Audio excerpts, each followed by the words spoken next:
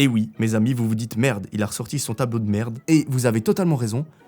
Mais nous sommes en guerre. Et oui mes amis, vous avez bien aimé quand je vous ai dessiné une petite œuvre d'art, soit une souris sous les cocotiers aux Bahamas. Mais selon moi, on n'utilise pas assez la force de notre communauté, on n'est pas assez à aller voter. Il faut vraiment qu'on mette les bouchées doubles pour aller voter pour ce podcast. Donc je me suis dit, ce que j'allais vous faire, c'est que je vous propose, et attention, hein, c'est un privilège, je vous propose de vous faire une deuxième œuvre d'art en live. Bien évidemment, vous l'aurez compris, pendant que je dessine cette œuvre d'art, vous allez cliquer sur le petit lien dans la description, tac tac tac, on vote. Votre maman est à côté, elle vote. Votre chien est à côté, il vote. Votre hamster est en face de vous dans sa roue en train de tourner comme un golemon, il vote. Tout le monde doit voter, on doit avoir le plus de voix possible. Alors là, mes amis, je vais vous faire quelque chose de grandiose. On va jouer sur la géométrie et sur les perceptions. Alors ne bougeons pas, je vous fais ça. Hop. Évidemment, vu que nous sommes un grand artiste, nous changeons de couleur. Voilà, c'est terminé. Est-ce que vous êtes prêts pour le reveal? Est-ce que surtout vous avez eu le temps de voter entre-temps? Je pense quand même, hein. Si jamais vous cliquez sur le lien en description, vous scannez le code QR qui apparaît quelque part là. Mes amis, est-ce que vous êtes prêts? 3, 2, 1... Laissez-moi vous expliquer. C'est une boîte dans laquelle j'ai rangé un cœur, le cœur que j'éprouve pour vous, l'amour que j'éprouve pour vous. Donc, j'ai scellé cet amour dans une boîte et évidemment, je vous aime très fort. Est-ce que c'est une phrase pour que vous ayez voté? Je sais pas, mais c'est vraiment sincère, ne vous inquiétez pas. Et évidemment, j'ai oublié quelque chose qui fait perdre toute valeur à mon œuvre. On va signer. Où est-ce qu'on va signer? Ici. Bon, j'ai loupé la signature à la fin, mais c'est pas grave. Et puis, le prix, je pense qu'on est sur un bon 10 millions de dollars. Pourquoi?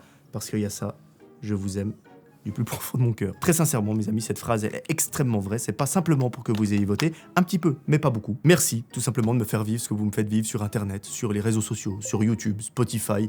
On a quoi? Instagram, TikTok, mais TikTok, je suis pas très actif. Vraiment, aujourd'hui, si je suis nominé dans un truc comme ça, c'est grâce à vous, et uniquement grâce à vous. Il faut pas me dire, oui, mais c'est toi qui fais les vidéos.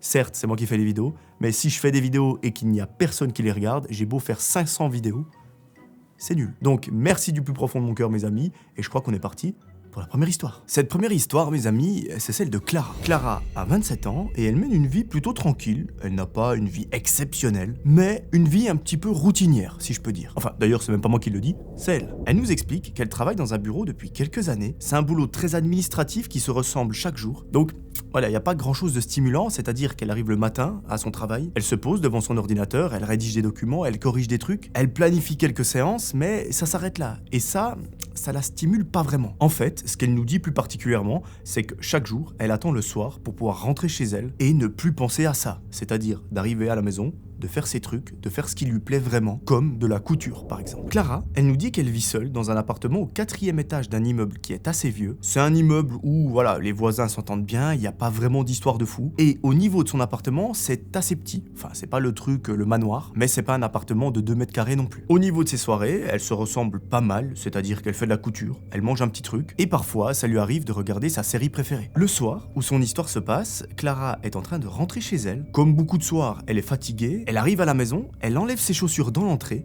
elle pose son sac et elle file au salon et elle s'étale sur le canapé. Elle allume une petite lampe, elle attrape son téléphone presque automatiquement comme un réflexe et sans vraiment savoir pourquoi, elle ouvre WhatsApp et elle fait défiler les conversations. Elle répond à 1 ou 2 messages de ses amis, elle remet à plus tard une conversation qui concerne le taf et vous l'aurez compris, le taf, elle veut plus en entendre parler jusqu'à demain matin. Et puis là, au même moment, elle reçoit une notification qui lui dit: vous avez été ajouté à un nouveau groupe. Bon, particulier, Clara, elle n'attend pas d'invitation particulière, dans le sens, il n'y a pas d'anniversaire qui est prévu, il n'y a pas de fête, il n'y a pas de projet au travail qui mérite un groupe WhatsApp, donc c'est bizarre. Quand elle voit ça, elle s'arrête, elle fronce légèrement les sourcils, et la première chose qu'elle se dit, c'est que c'est probablement une erreur ou quelqu'un qui a confondu son nom ou son numéro. Elle hésite d'abord une seconde à quitter directement le groupe sans même regarder en quoi il consiste, mais par curiosité, et bon, on va se le dire, surtout parce qu'elle s'ennuie, elle clique sur les informations du groupe sur WhatsApp. Au niveau du nom, c'est pas très parlant, dans le sens c'est pas anniversaire de Maurice, c'est un nom assez générique, et quand elle clique sur la liste des participants, elle ne connaît personne. Le truc, c'est que vu qu'elle vient d'être ajoutée au groupe, eh bien, elle a accès aux précédents messages. Il y en a pas des millions, elle décide de scroller, elle remonte petit à petit la conversation, et elle lit, ce qu'ils se disent. Les messages datent de plusieurs jours, parfois depuis plus longtemps, et ils sont envoyés à toute heure de la journée, que ce soit le matin très tôt, l'après-midi, le soir ou pendant la nuit. Plus elle remonte les messages, plus elle ralentit sans vraiment s'en rendre compte, et là, à un moment, elle tombe sur une phrase qui l'a fait complètement bugger. Elle la relit une fois, puis une deuxième, parce que vraiment, cette phrase, elle a l'impression qu'elle l'a mal lue. C'est pas possible que ce soit écrit ça. Donc, elle relit plusieurs fois, et le truc, c'est que vraiment, elle ne comprend pas sa signification. Donc, elle se dit, bon, je continue de scroller vers le haut, comme ça je remonte encore la conversation, peut-être que je vais tomber sur un élément de contexte qui va me permettre de comprendre ce qu'ils se disent. Et à un moment, elle capte enfin que les personnes dans cette conversation, enfin dans ce groupe, ils parlent d'une chose qu'ils ont faite ensemble, quelque chose de précis qui demande beaucoup d'organisation. Le problème, c'est que cette chose, on ne sait toujours pas de quoi il s'agit. À un moment, mes amis, elle tombe sur une autre phrase qui, cette fois-ci, va la faire complètement bugger. Enfin, quand je vous dis bugger, c'est qu'elle va être terrorisée à la maison. Cette phrase, elle dit tout simplement « On a déplacé le corps et ça a pris beaucoup plus de temps que prévu. » Aïe, dans quoi est-ce qu'elle est tombée? Dans quoi est-ce qu'elle s'est embarquée?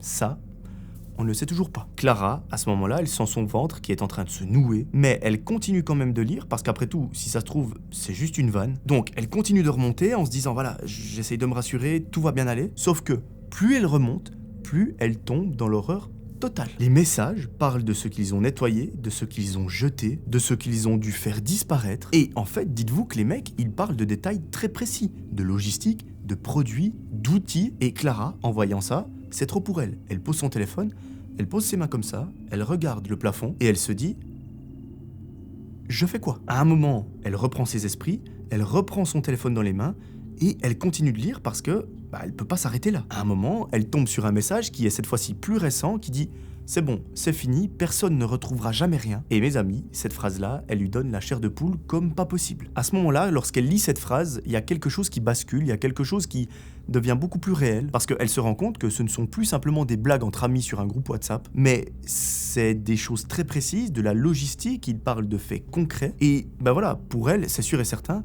il y a réellement quelque chose qui s'est passé et ça va au-delà d'une simple blague. Elle continue pendant plusieurs minutes de lire tous les messages les plus récents, etc. Elle essaye de capter ce qu'ils ont fait avant, ce qu'ils vont faire maintenant et dans le futur. Et le truc concernant le futur, c'est qu'ils disent pas exactement ce qu'ils vont faire, ils tournent un petit peu autour du pot. Et Clara, elle est pas bête, elle arrive à lire entre les lignes et elle en vient à une terrible conclusion. Ces personnes qui sont dans ce groupe vont commettre un meurtre prochainement et ils disent même dans le groupe que cette fois-ci, il va falloir mieux s'y prendre, histoire de ne pas répéter certaines erreurs qui ont été commises par le passé. Là, Clara, quand elle arrive à cette conclusion, elle est pas bien, on est d'accord, elle sait pas ce qu'elle doit faire, elle sait pas si elle doit appeler la police, si elle doit partir du principe que ça ne la regarde pas parce qu'à la base elle n'était pas censée être dans ce groupe. Elle se pose aussi la question, mais pourquoi est-ce que j'ai été ajouté à cette discussion, sachant que il me semble que je n'ai pas planifié de tuer quelqu'un. Alors, mes amis, je vais être clair avec vous. Si jamais une histoire de fou comme ça vous arrive, j'espère pas, je touche du bois, si jamais ça vous arrive, premier réflexe, vous ne faites rien, vous faites le mort, vous composez le numéro de la police sur le téléphone et vous les appelez. Vous ne réfléchissez pas, n'essayez pas de trouver un plan de super-héros ou je ne sais quoi. Et surtout, ne faites pas ce que Clara va faire dans quelques secondes. Elle écrit un message dans le groupe en disant « Eh bien les mecs, j'ai lu tout ce que vous avez écrit, je sais ce que vous avez fait et ce que vous allez faire, et sachez que je vais prévenir la police. » Pourquoi est-ce qu'elle fait ça ? Je ne sais pas. C'est une décision complètement bête à mon sens, mais voilà, chacun ses choix. Et il y a quand même le fait que voilà, elle est sous état de choc, et ça peut jouer. Le truc, c'est que lorsqu'elle envoie ce message, dans le groupe, il se passe rien.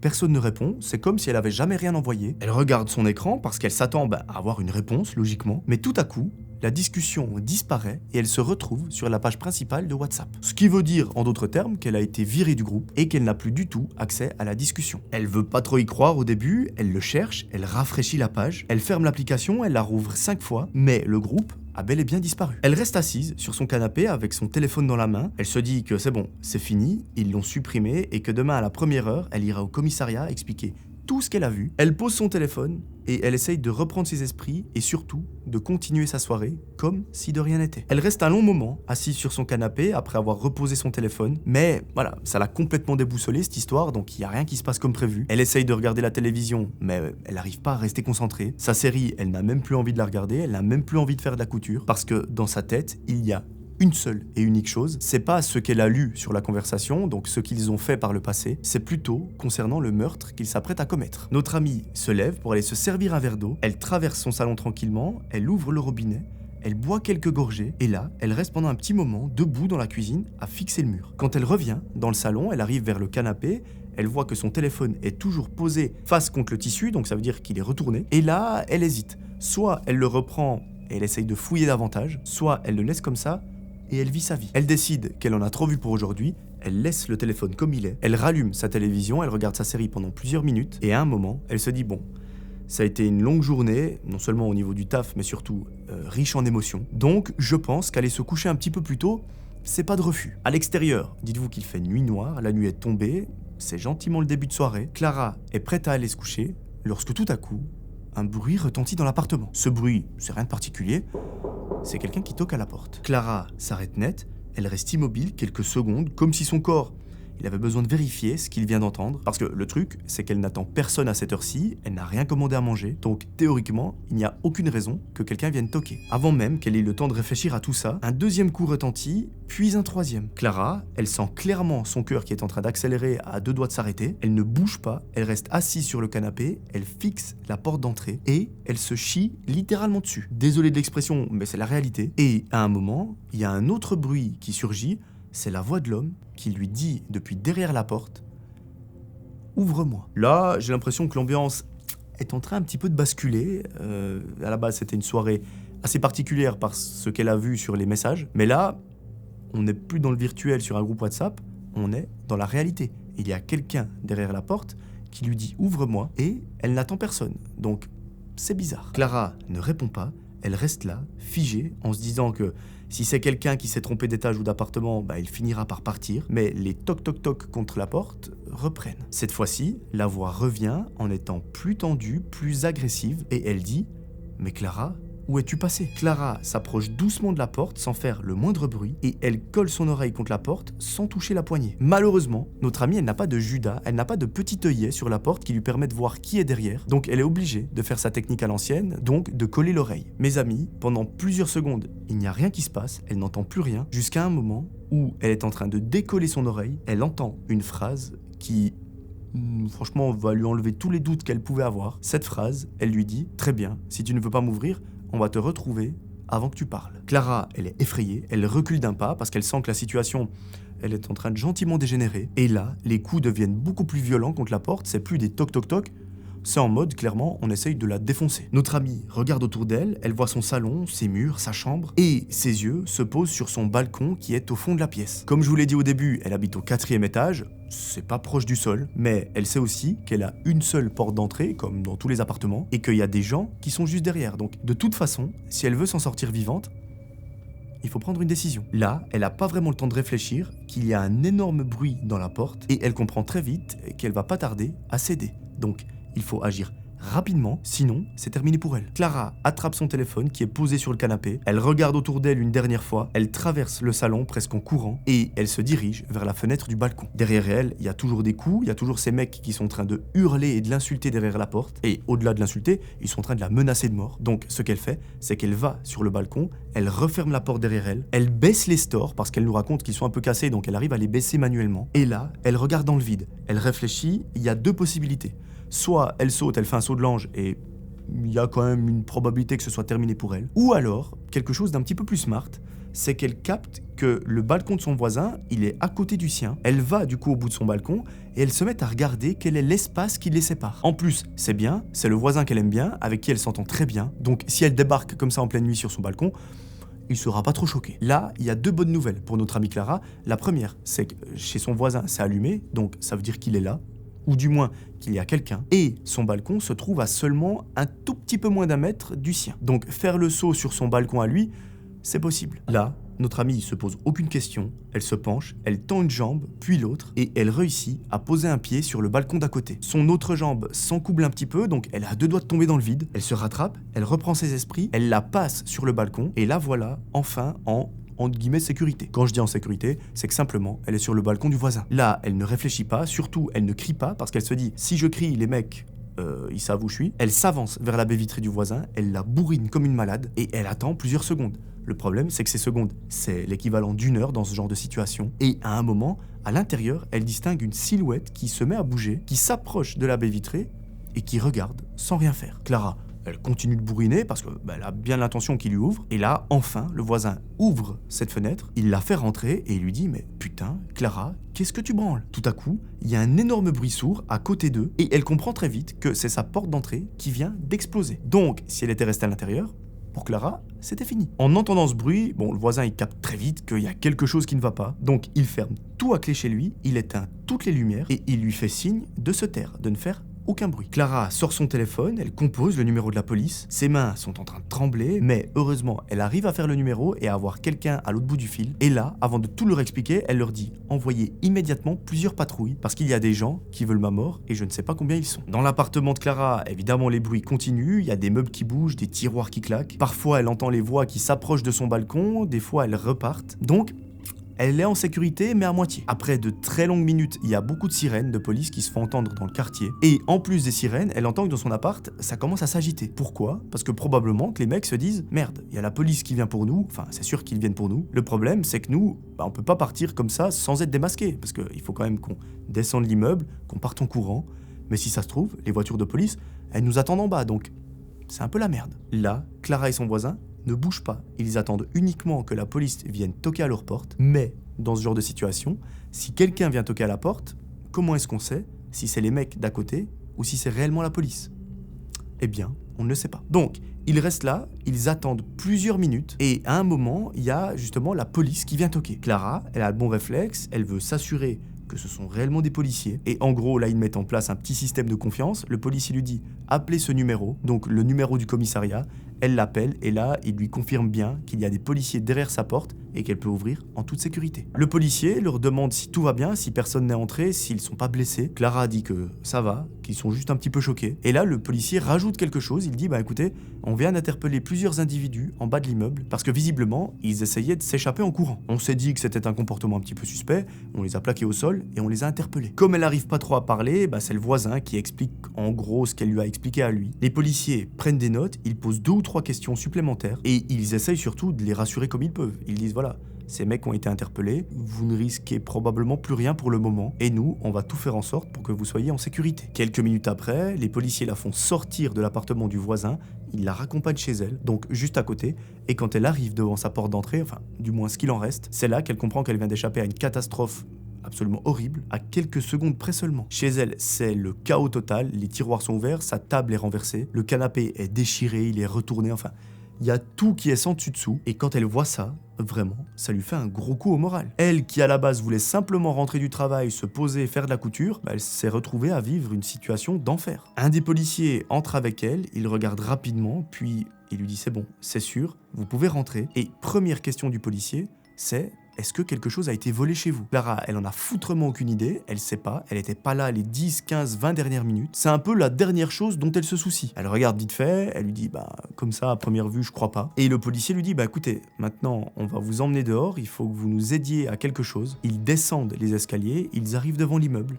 Là, il y a la ribambelle de voitures de police et elle voit au loin 3 mecs qui sont maintenus par les policiers, donc les 3 personnes qui ont été interpellées. Elle ne veut pas voir leur visage parce qu'elle a peur que ça la traumatise. Par contre, elle reconnaît très bien la voix de l'un d'entre eux, c'est la voix qui était derrière sa porte. Là, un policier s'approche d'elle, il lui demande d'expliquer calmement pourquoi ces hommes seraient venus chez elle comme ça. Clara, elle prend une grande inspiration et là, elle raconte absolument tout.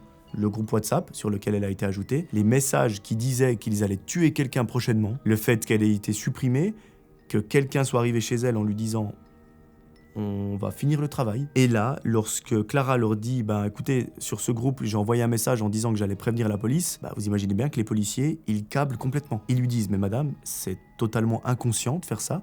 Quand quelque chose pareil se produit, ne répondez pas, appelez-nous directement. » Évidemment, comme je vous l'ai dit, il y avait un état de choc à ce moment-là, peut-être qu'elle ne se rendait pas compte de la gravité de ce qu'elle allait faire. Je pense que beaucoup de gens auraient fait pareil. Bref, la soirée se termine, on n'a pas plus de détails où elle dort, etc. L'histoire, en fait, elle recommence plusieurs semaines après, lorsqu'elle a des nouvelles par rapport à l'enquête, parce qu'un jour, en fait, elle est convoquée au commissariat de sa ville, et les policiers lui expliquent certaines choses. Par contre, il reste assez flou sur certains détails, et Clara, elle a envie d'en savoir plus. Du coup, elle pose des questions, et les policiers lui disent, voilà, ce que vous avez lu sur WhatsApp, c'est pas une blague entre potes, c'est réellement lié à une affaire de meurtre qui date d'il y a plusieurs mois. C'est une affaire très compliquée qui n'est pas encore entièrement résolue, donc malheureusement on ne peut pas vous donner davantage de détails. Et vraiment, quand Clara elle entend ça, elle a l'impression d'être dans un film. Bref, elle continue de parler pendant près d'1 heure avec les policiers. Elle essaye de se rassurer en mode « Est-ce que vous êtes sûr qu'il ne va plus rien m'arriver ?» Les policiers la rassurent, ils disent « Oui, pas de souci madame, on les a tous interpellés. Visiblement, c'est une équipe de 3 personnes, on a les 3. Et autant vous dire qu'ils sont pas prêts de ressortir de prison. » Suite à cela, Clara, elle a pris une décision qui pour moi est la plus logique et j'aurais pris d'ailleurs la même. Elle a pris ses clics et ses claques et elle s'est barrée définitivement de cet appartement. Elle a déménagé dans une autre ville très loin d'ici. Elle a refait sa vie, elle a trouvé un autre boulot, elle a contacté sa famille pour leur expliquer la chose. Et ce qui est cool,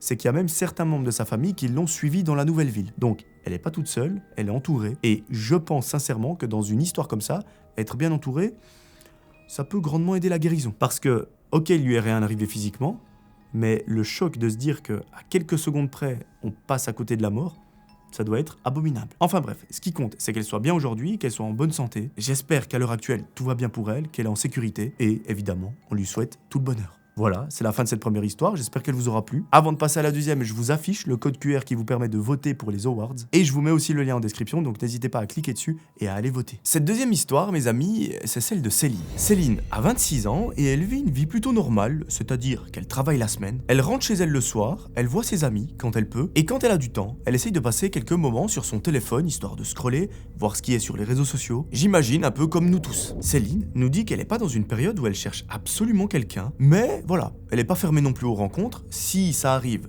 tant mieux, si ça n'arrive pas, tant pis, ça viendra avec le temps. Mais forcément, un beau jour, elle est sur Instagram lorsque quelqu'un lui envoie un message. Bon, elle nous dit que c'est assez rare, normalement il n'y a pas grand monde qui lui écrit, sauf que là, elle regarde ce message et il est envoyé par un mec qu'elle ne connaît pas. À première vue, le gars il a l'air assez mignon sur sa photo de profil, elle ouvre le message, elle répond, et très vite, une discussion démarre. Au début, elle n'a aucune intention derrière la tête, c'est-à-dire qu'elle répond juste par politesse, mais elle se dit pas « Ah, ce mec, il me plaît bien, peut-être que je lui plais, peut-être que ça va devenir mon copain, peut-être qu'on va se marier, peut-être qu'on va avoir des enfants, etc. » Pas du tout, elle n'a rien derrière la tête. Elle lui répond, ils discutent un peu, et au début, les sujets de conversation, ils sont relativement simples. Ils parlent des choses banales de la vie sans trop rentrer dans les détails, mais mes amis, dites-vous qu'au début, voilà, Céline, elle était en mode « Je vais lui parler une fois et ça s'arrête là ». Eh bien, pas du tout.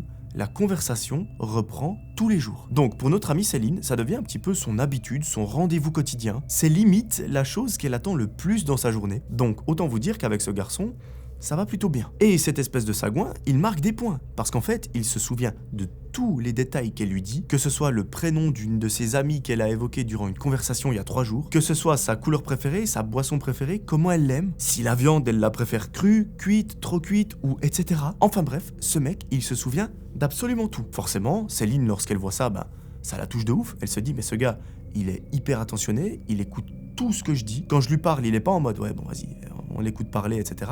Non, il est vraiment intéressé. Et ça, aujourd'hui, c'est quelque chose de rare. Bon, vous l'aurez compris, Céline, elle reste pas indifférente. Face à ce garçon, on peut même dire qu'elle est un petit peu piquée. Et naturellement, plus les deux parlent, plus les sujets de conversation deviennent de plus en plus personnels. Ils se parlent de leur passé, de leurs expériences, de leurs anciennes relations, des traumas qu'ils ont vécus, des choses bien qu'ils ont vécues. Et on est d'accord, généralement, vous parlez pas de ce genre de sujet avec n'importe qui. Mes amis, cette conversation, elle va pas durer 2 semaines, ni même 3, elle va durer presque 2 ans. 2 ans, c'est beaucoup pour une relation à distance, sachant qu'ils ne se sont jamais vus physiquement. Alors, ils s'envoient des photos, ils discutent tous les jours, ils s'appellent, etc., mais ils se sont jamais vus dans la vraie vie. Et ça, honnêtement, ça commence un peu à les frustrer. En même temps, comment est-ce qu'ils ont réussi à tenir 2 ans? Je ne sais pas. Moi, j'ai eu une relation à distance, et franchement, au bout de 2 semaines, vous avez envie de voir la personne. Et une fois que vous l'avez vu une première fois, vous avez envie de la voir tous les jours. Donc, respect à Céline et à ce mec pour avoir tenu 2 ans. Pendant ces 2 ans, elle nous raconte qu'il n'y a pas eu de grosses disputes, pas de rupture, pas de drame. Évidemment, il y a eu des petites périodes de creux, mais comme dans toute relation. Mais globalement, la leur, elle est très saine. Naturellement, au bout de 2 ans, les deux se disent, bon,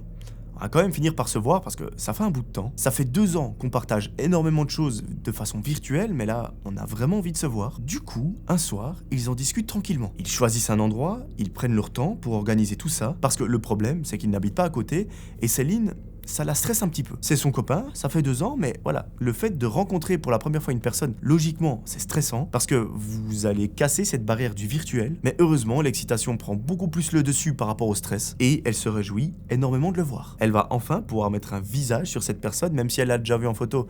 C'est pas pareil en vrai. Et ça, mes amis, elle a trop hâte. Le jour J arrive, Céline a ce mélange d'excitation et de nervosité. Il se donne rendez-vous dans un grand parc, et lorsqu'elle le voit, pour la première fois, elle est soulagée. C'est bel et bien la bonne personne avec qui elle discutait depuis 2 ans. Donc, ce n'était pas un fake, c'était pas quelqu'un qui utilisait le compte de son pote ou je ne sais quoi, c'était bel et bien la personne qu'elle s'attendait à voir. Il a la même attitude très calme que quand elle lui parle par message ou par téléphone, il a la même façon de parler, le même regard posé, la même façon de regarder les choses. Donc, quand ils se voient, pour la première fois, ils se prennent dans les bras sans gêne, un peu comme si c'était la 500 millième fois qu'ils se voyaient. Céline, à ce moment-là, elle est aux anges, elle nous raconte que les premières heures, elles se passent à merveille. Ils marchent, ils discutent, ils se tiennent la main, ils rigolent, ils se font des blagues, ils se racontent tout et n'importe quoi, au point où les heures, elles passent extrêmement vite. Les deux continuent de se balader, et à un moment, le mec lui propose quelque chose d'assez particulier. Il lui dit voilà, je connais un point de vue en hauteur qui est vraiment incroyable. Si ça te dit, on y va, on marche, on prend quelques photos, on se fait un gros câlin, et le soir, on peut aller manger à un restaurant qui se situe pas loin. Pour Céline, c'est une idée de date incroyable, donc logiquement, elle accepte. Le truc, c'est que cette randonnée, elle a pas lieu dans 4 jours, elle a lieu aujourd'hui. Bon, le chemin est assez facile, et pendant ce temps, ils parlent de tout et de rien. Par exemple, de ce qu'ils feront après leurs études, ce qu'ils feront après manger, et plus ils avancent sur ce chemin, plus l'endroit devient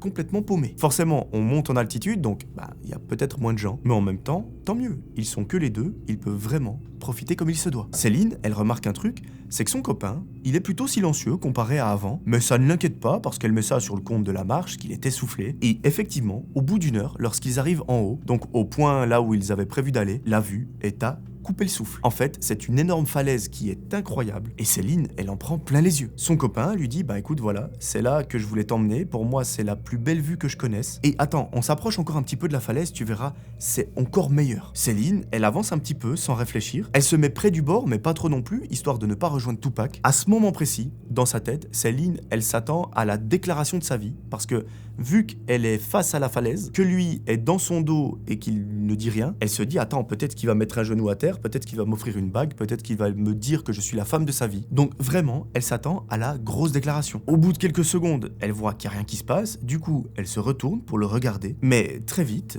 elle comprend que quelque chose ne va pas. Le mec n'a pas l'air très souriant, il n'a pas l'air ému, il n'a même pas l'air très stressé, il est juste là, très calme, avec les mains dans ses poches. Bon, Céline, en voyant ça, elle est un peu déçue, elle est un petit peu dégoûtée, elle se dit ça aurait été une bonne occasion de se faire une grande déclaration. Le mec, il a l'air de s'en battre les couilles, c'est pas grave. Mais dites-vous que malheureusement, notre amie Céline n'a même pas le temps de réfléchir à quoi que ce soit dans sa tête, que le mec sort quelque chose de sa poche. Ce quelque chose, c'est pas une bague comme elle l'imaginait, c'est un couteau. Bon, notre amie, elle garde son calme, elle ne crie pas, elle ne parle pas, elle ne tente même pas de courir, parce que de toute façon, elle sait, vu l'endroit où elle est, qu'elle n'a probablement aucune chance. Ce psychopathe, dites-vous qu'il s'approche très lentement de Céline en marchant, avec le couteau qui est pointé devant lui. Et le truc, c'est que vous l'aurez compris, Céline, elle ne peut pas reculer, parce que derrière, c'est le vide absolu. Donc Céline est là, le mec se rapproche d'elle gentiment, et vu la situation, elle est complètement terrifiée, elle est paralysée, elle ne peut plus bouger. Et à un moment, le mec, il est tellement proche d'elle,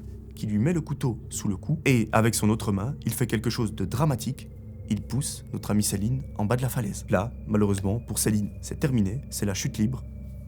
Et fini. La chute, elle est un petit peu amortie par des arbres et des buissons qui sont sur la pente, parce qu'en fait, ce qu'il faut vous dire, c'est que la falaise, elle a l'air super haute vue de haut, mais en réalité, elle l'est pas tellement, parce que c'est une pente, et sur cette pente, il y a comme des niveaux, entre guillemets. Sur ces niveaux, il y a plein d'arbres, plein de végétation, plein de buissons, et tout ça, ça a permis d'amortir un tout petit peu la chute de Céline. Évidemment, ça ne change pas que la chute, elle a été juste catastrophique, et lorsqu'elle s'arrête, lorsqu'elle est par terre, eh bien, elle ne bouge plus. Elle n'arrive même plus à respirer, tout est noir. Et même elle, à ce moment-là, elle ne sait pas si elle est encore en vie ou si elle est décédée. On ne sait pas exactement combien de temps elle reste dans cet état, donc allongée sur le sol inanimé. Mais, à un moment, elle a un souvenir de se réveiller et de sentir son corps qui est en train de brûler de partout. La bonne nouvelle, c'est qu'elle respire, qu'elle est encore en vie, mais dans quel état, ça, on ne sait pas encore. Elle est allongée sur le sol, elle regarde le ciel et en haut, elle voit une silhouette. C'est la silhouette de ce psychopathe qui est en train de l'appeler depuis le haut de la falaise en lui disant « Céline, comment ça va ?» Donc imaginez-vous le niveau de folie de ce mec. Notre amie, à ce moment-là, elle est concentrée parce qu'elle se dit « Je sais pas, si je fais le moindre mouvement, ça va me briser un os ou je ne sais quoi,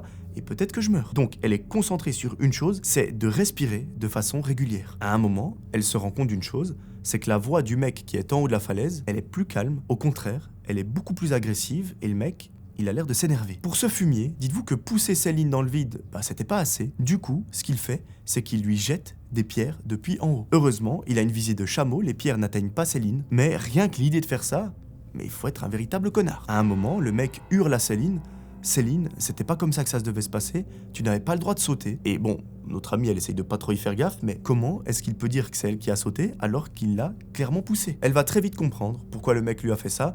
En fait, il lui dit « J'ai toujours su que tu étais quelqu'un de mauvais parce que j'ai toujours eu l'intime conviction que tu étais en train de me tromper depuis plusieurs semaines et que tu avais quelqu'un d'autre dans ta vie. » Évidemment, Céline, elle n'a jamais fait ça, ça ne lui a jamais traversé l'esprit. Ce gars s'est littéralement fait un scénario dans sa tête. En entendant ça, Céline ferme les yeux, elle pleure en silence parce qu'elle comprend que tout ce qu'elle a vécu, ça n'a rien à voir avec ce qu'elle croyait. Elle pensait avoir un copain qui était gentil, fiable, intelligent, qui prend soin d'elle, et au final, pas du tout. C'est tout le contraire. À un moment, Céline rampe un petit peu pour se cacher et être à l'abri. Et pendant ce temps, le mec continue de parler tout seul. Il dit que c'était censé être son premier meurtre, qu'il y avait pensé longtemps, qu'il avait choisi l'endroit. Là, le mec dit des trucs mais de ouf. Il dit écoute, c'était censé être mon premier meurtre. Comment je fais, sachant que tu n'es pas morte? Donc mes amis, essayez-vous de vous imaginer la scène. Ce fou du bus est en haut de la falaise. Céline, elle est à moitié canée en bas. Le gars raconte tout ça, c'est complètement lunaire. À un moment, vu que Céline elle s'est cachée, le mec s'énerve et il lui dit « Dis-moi directement où tu es, si ce n'est pas le cas, je vais descendre, je vais te retrouver